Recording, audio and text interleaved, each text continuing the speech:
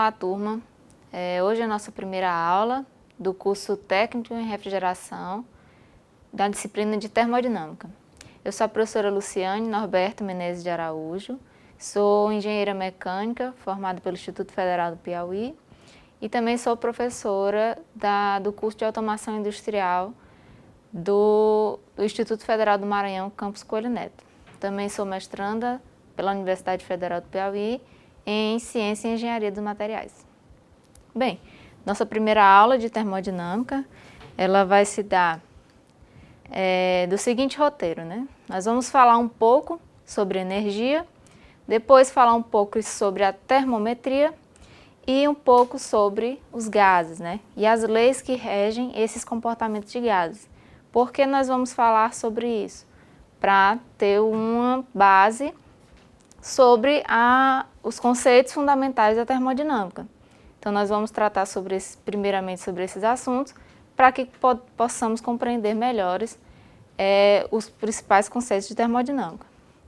Então, a termodinâmica, né, para entendermos, a termodinâmica ela pode ser definida como uma ciência da energia. Como assim a ciência da energia?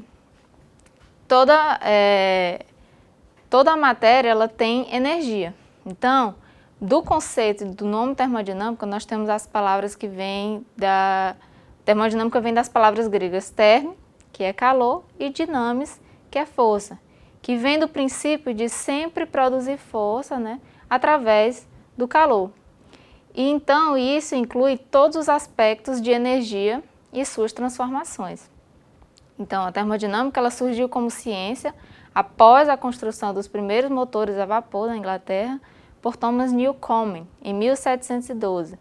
Porém, antes disso, né, já haviam vários estudos sobre esses conceitos de termodinâmica e passaram a ser fundamentados a Lei Zero, primeira lei, segunda e terceira lei da termodinâmica, como conhecemos hoje. Porém, essas leis elas não foram criadas nessa sequência. Inicialmente, fundamentou-se a segunda lei da termodinâmica, após isso, a primeira lei da termodinâmica e depois, terceira lei da termodinâmica. Porém, após 20 anos, somente após 20 anos após a fundamentação da terceira lei da termodinâmica, foi que a Lei Zero foi criada. Mais na frente, nós vamos tratar sobre essas leis. Então, inicialmente, né, precisamos entender o que seria a energia. Falamos de energia, que a energia é uma propriedade da matéria. Porque a matéria possui energia. Então, o fato de possuir essa energia possibilita que uma matéria transfira energia de uma matéria para outra, seja por meio de calor ou por meio de trabalho. Para entendermos um pouco o que seria esse trabalho, temos essa figura. Então, imagina-se que nós temos uma pessoa que está realizando um trabalho sobre essa caixa. Ou seja, ela puxa a caixa, ela exerce uma força sobre essa caixa e essa caixa faz um deslocamento, ou seja, ocorreu o trabalho.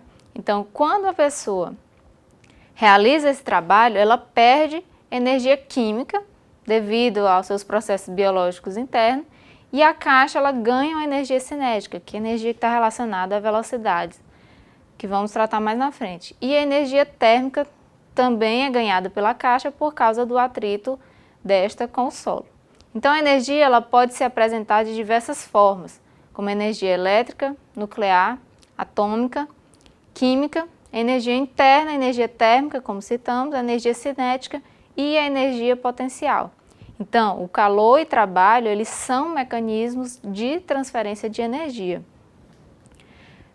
A energia interna, ela representa a energia microscópica da matéria, ou seja, ela é associada à energia dos átomos e moléculas, às forças intermoleculares e forças nucleares. A energia cinética, ela está associada ao movimento da matéria.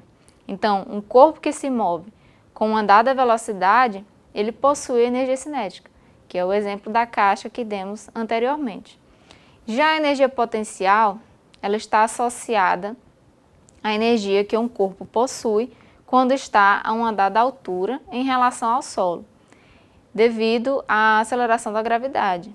E a queda deste corpo ela pode ser convertida em energia cinética e até mesmo em trabalho. Daí vem-se o princípio de conservação de energia, que está relacionado com a primeira lei da termodinâmica. Então, nós vemos que essas formas de transformação de energia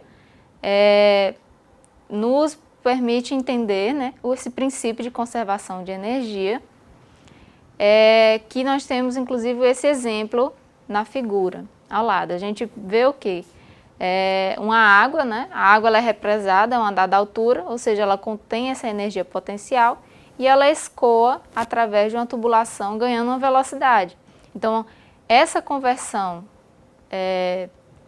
dela ganhar velocidade, ela passa a converter a energia potencial que estava armazenada em energia cinética. Então, a água em alta velocidade ela se choca com as pás da turbina, produzindo uma rotação. Então, a água com energia cinética agora vai transferir essa energia para as pás por meio de trabalho.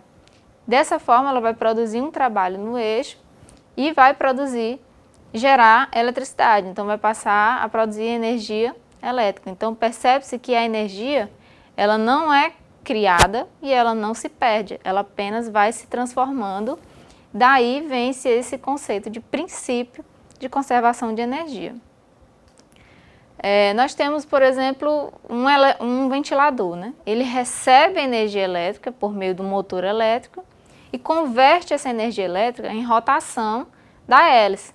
Então, essa energia elétrica é convertida em trabalho, né, pelo eixo, e as hélices transferem esse trabalho na energia para o ar que estava parado, né, e começa a escoar com a velocidade, energia cinética. Ou seja, as pás vão transferir essa energia cinética para o ar por meio do trabalho. Então, nós percebemos que essa energia, novamente, ela não se perde, ela é apenas transformada. Então, nós temos as seguintes fórmulas para as energias, como citamos a energia cinética e energia potencial. Então, a energia cinética, ela matematicamente, ela é dada por massa vezes a velocidade ao quadrado dividido por 2. Já a energia potencial, ela é dada por massa vezes a aceleração da gravidade vezes a altura em que o corpo se encontra. Logo, quando esse corpo se encontra no nível de referência, ou seja, na altura zero, ele não tem energia potencial.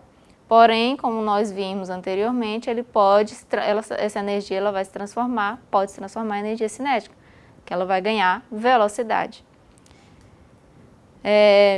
A energia interna, geralmente na termodinâmica, é representada pela letra U, ela representa as formas microscópicas de energia da matéria. Então, a energia latente e energia sensível, temos também a energia química e a energia nuclear. A energia interna, latente, ela está associada com as mudanças de fase dos materiais, né? Então, ela passa de sólido para líquido e para gasoso. Então, essas mudanças de fase estão associadas à energia interna latente. Já a energia sensível é a parte da energia interna que está relacionada com as energias cinéticas das moléculas. Então, as moléculas elas possuem um certo grau de agitação e esse grau de agitação é o que vai caracterizar a temperatura dos materiais, nós vamos ver mais na frente. Então, no dia a dia, geralmente nos referimos a essas formas de energia sensível e latente, né, como calor.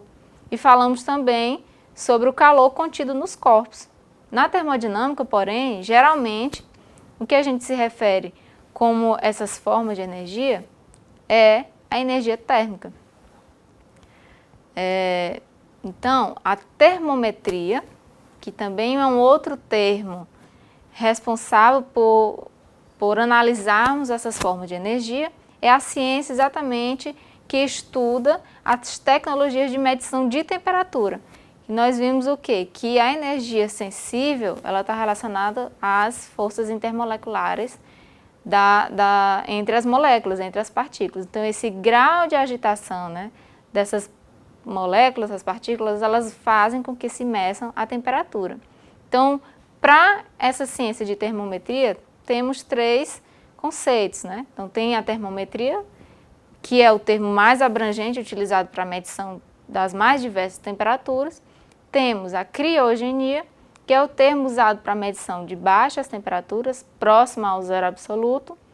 E temos a pirometria, que é um termo utilizado geralmente para as medições de alta temperatura, na faixa onde efeitos da radiação térmica possam se manifestar. Então, como falei anteriormente, a temperatura é o grau de agitação das moléculas. A representação quantitativa da temperatura é feita por uma escala numérica, onde quanto maior o valor mostrado, maior a energia cinética medida das moléculas do corpo em questão. Essa medição da temperatura, ela se baseia de forma indireta, né? Então, se relaciona a variação das propriedades de um corpo com essa variação da temperatura. Então, sabe-se o quê? Que a maioria dos corpos, eles dilatam ou expandem, né? Quando aumentam sua temperatura e eles contraem quando sua temperatura diminui. Então, a partir dessa observação, criou-se os métodos de medição de temperatura, até os termômetros como conhecemos atualmente. Então, essa dilatação térmica é exatamente o princípio de funcionamento dos primeiros termômetros, que ainda hoje são bastante utilizados.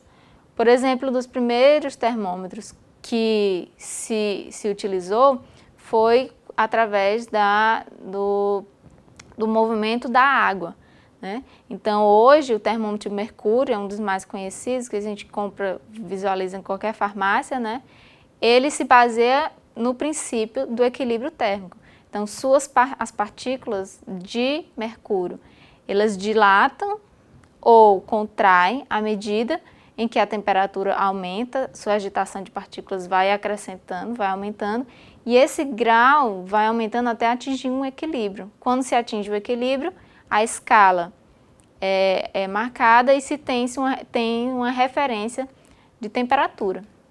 Então, os valores da temperatura, eles são baseados, né, são definidos com base nessas escalas de temperatura.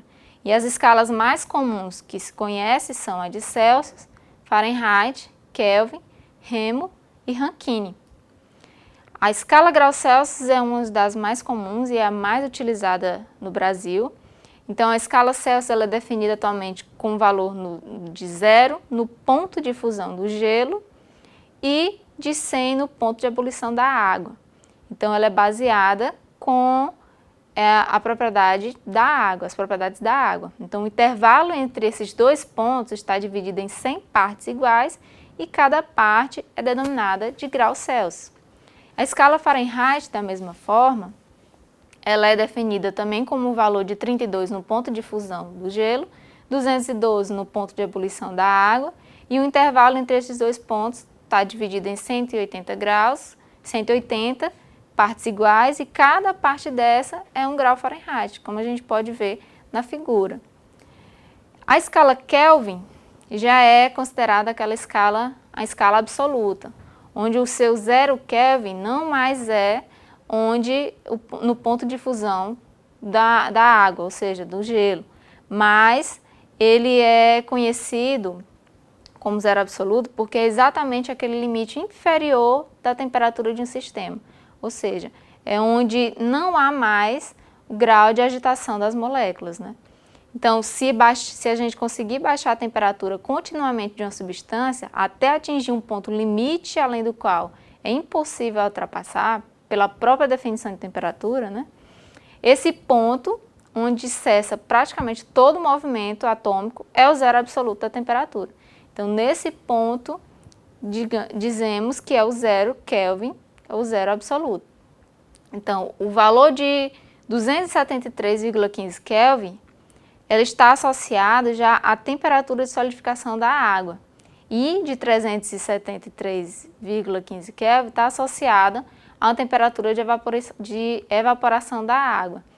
Então, comparando 273 Kelvin, está equivalente ao 0 graus Celsius. E 373 Kelvin está equivalente a 100 graus Celsius e a 212 graus Fahrenheit, como podemos ver na imagem. Então, percebemos o quê? Que esses valores, eles têm valores que se associam com as outras escalas. Então, nós podemos fazer a conversão entre essas escalas. por que precisamos fazer essa conversão entre as escalas? Sabemos que muitos equipamentos, né, na indústria, eles utilizam a graduação que lhe é mais conveniente para aquele país, para aquela região. Então, é necessário que façamos essa conversão, principalmente na refrigeração, que temos equipamentos vindo, né, produzidos em vários setores, em várias indústrias. E, por exemplo, nos Estados Unidos se utiliza muito graus Fahrenheit, já no Brasil se utiliza muito graus Celsius. Então, devemos fazer essa conversão para que não tenhamos erros em alguns pontos. Então, para fazermos essa conversão, nos baseamos nas proporções matemáticas. Então, nós temos que cada distanciamento, né, entre essas partes, elas são proporcionais às outras partes das outras escalas. Então, matematicamente, podemos ver o quê? Que da escala Celsius para a escala Fahrenheit, temos que a distância de C menos 0 está para 100 menos 0, assim como a distância entre F menos 32 está para 212 menos 32. Da mesma forma, nós temos que K menos 273 está para 373 menos 273 na escala Kelvin. Então, dessa forma, fazendo as formulações matemáticas corretas, nós encontramos a seguinte relação de referência. Se quisermos fazer a conversão entre Celsius e Fahrenheit, utilizamos apenas que C sobre 5 é igual a F menos 32 sobre 9. Daí nós conseguimos encontrar o valor de Celsius ou Fahrenheit, dependendo da conversão que se queira fazer. Ou, se quisermos de Celsius para Kelvin, nós temos que C sobre 5 é igual a Kelvin menos 273 sobre 5. E se for de Fahrenheit para Kelvin, nós temos que F, que é o que representa a temperatura em Fahrenheit, menos 32 sobre 9, é igual a K, que é a temperatura que representa o valor que se quer na escala Kelvin, menos 273 sobre 5. Só citando que geralmente se fala em graus Celsius, graus Fahrenheit e Kelvin. Verifiquem que não temos a simbologia do grau, é exatamente porque essa temperatura ela dita apenas em Kelvin. Por exemplo, 273 Kelvin, 373 Kelvin, sem a utilização do grau. Porém, né, na termometria, nós temos outras escalas, menos usuais, porém não menos importantes. Então, nós temos as seguintes escalas, que é Rankine e Remo. E assim como a escala Kelvin, a escala Rankine ela também é uma escala absoluta. Ou seja, o seu 0 grau Rankine ele também é considerado um estado de agitação praticamente nulo da matéria, das partículas. Então, para a conversão dessas outras escalas, nós temos, da mesma maneira, matematicamente, falando de proporções, né, matemáticas, nós temos as seguintes fórmulas para fazer essa conversão, como vocês podem ver aí na imagem, bem como os pontos principais de cada uma dessas escalas. Bem, os gases, né? Nós temos que entender um pouco o comportamento dos gases, por quê? Porque o gás é uma situação física de uma substância. Então, nós vemos que as substâncias elas podem ser sólidas, líquidas ou gasosas. Então, o gás, ele se encontra a uma temperatura maior que a sua temperatura crítica ou de ebulição, né?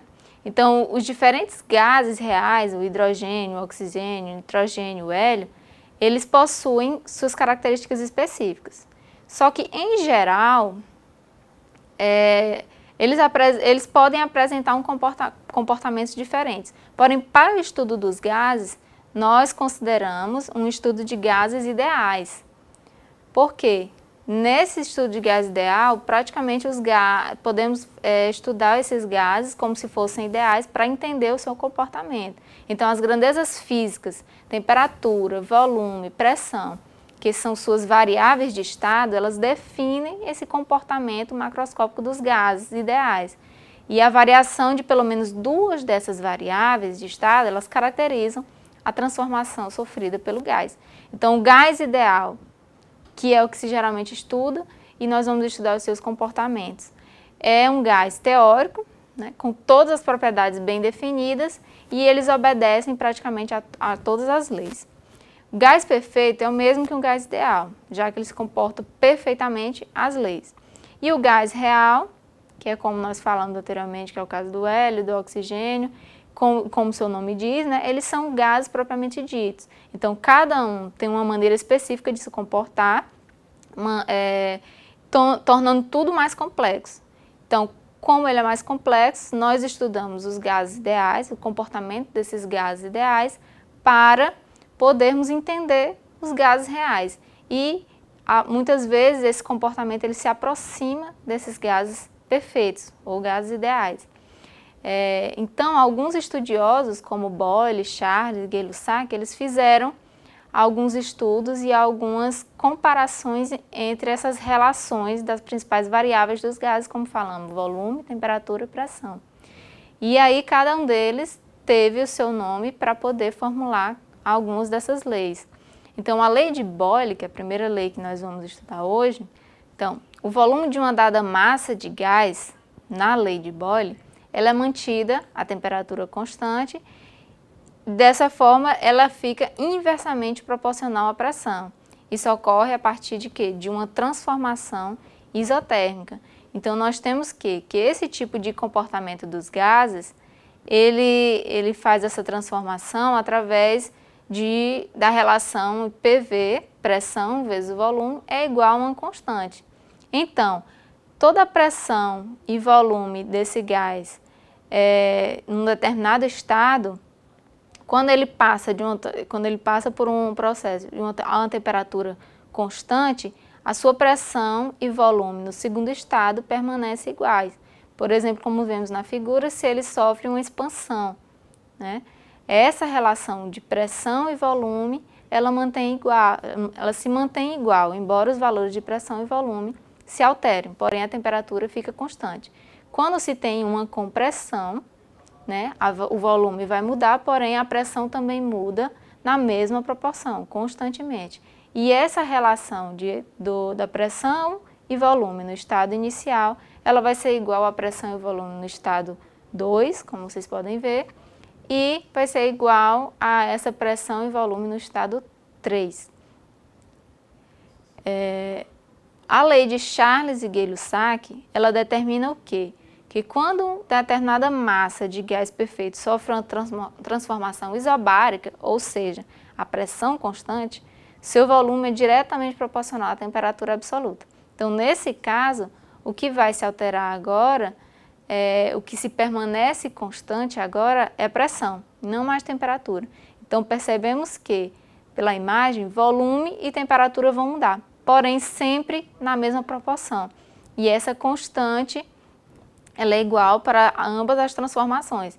Então, quando eu tenho num estado 1 determinado volume, determinada temperatura, e ele sofre uma alteração, seus valores, né, de volume e temperatura, eles modificam, porém, ele está numa transformação isobárica, ou seja, a pressão permanece constante, temos que o volume 1 sobre a temperatura 1 no estado 1 é igual ao volume 2 sobre a temperatura 2. E também com o volume 3, né? Com o corpo 3, que a gente pode ver aí. Quando passa para o estado 3, o volume 3 sobre a temperatura 3 também é igual às outras relações. Então, para a lei de Charles, nós temos que ocorrem as transformações isovolumétricas, que também são denominadas de isométricas ou isocóricas. Já nesse caso, o que se mantém constante entre as mudanças é o volume. Então, a lei que rege essas transformações a volume constante determinada de massa é a lei de Charles. Então, da mesma forma, nós temos que a pressão ela é igual a uma constante vezes essa temperatura. Daí nós conseguimos as relações entre a mudança de estado de cada uma desses volumes, como a gente pode visualizar na imagem. Nós verificamos o quê? que em todos eles o volume permanece constante, diferentemente das outras transformações que vimos anteriormente, onde se havia compressão ou expansão do gás ou do fluido dentro dos recipientes. Nesse caso eles permanecem constantes. Então a relação que nós temos para essas transformações é o quê? Que a pressão 1 sobre a temperatura 1 é igual à pressão 2 sobre a temperatura 2, que é igual à pressão 3 sobre temperatura 3. Todas aquelas relações que nós vimos anteriormente, elas podem ser entendidas em síntese, né? Aquelas 3 leis, elas são entendidas em síntese, relacionando-se pressão, temperatura e volume, através da equação de Clapeyron, onde o que? Nós temos que pressão vezes o volume é igual a N, que é o número de mols de cada molécula, de cada partícula, vezes R, que é uma constante universal dos gases perfeitos, que geralmente tem esse valor de 0,082 atm, vezes L por mol vezes K, ou 8,31 joule por mol vezes K, ou ainda que é igual a 2 calorias por mol vezes K. Então, essa equação de Clapeyron, ela sintetiza todas aquelas 3 leis que nós vimos anteriormente através da famosa PV igual a nRT. E a partir dessa equação de Clapeyron, nós podemos usar a chamada Lei Geral dos Gases, que é quando se temos uma determinada massa de gás perfeito e essa massa é constante. Como essa massa é constante, o seu número de mols também é constante e a sua constante dos gases R também não sofre alteração. Então, quando se quer uma transformação em que as 3 variáveis vão mudar, vão se modificar, que é pressão, volume e temperatura, nós temos essa equação, a partir da equação de Clapeyron, que expressa essa lei, né? Onde P1 vezes V1 sobre T1 é igual a P2 vezes V2 sobre T2. E é isso, pessoal. Muito obrigada. Na próxima aula nós continuaremos o assunto para poder entendermos melhor sobre conceitos de termodinâmica.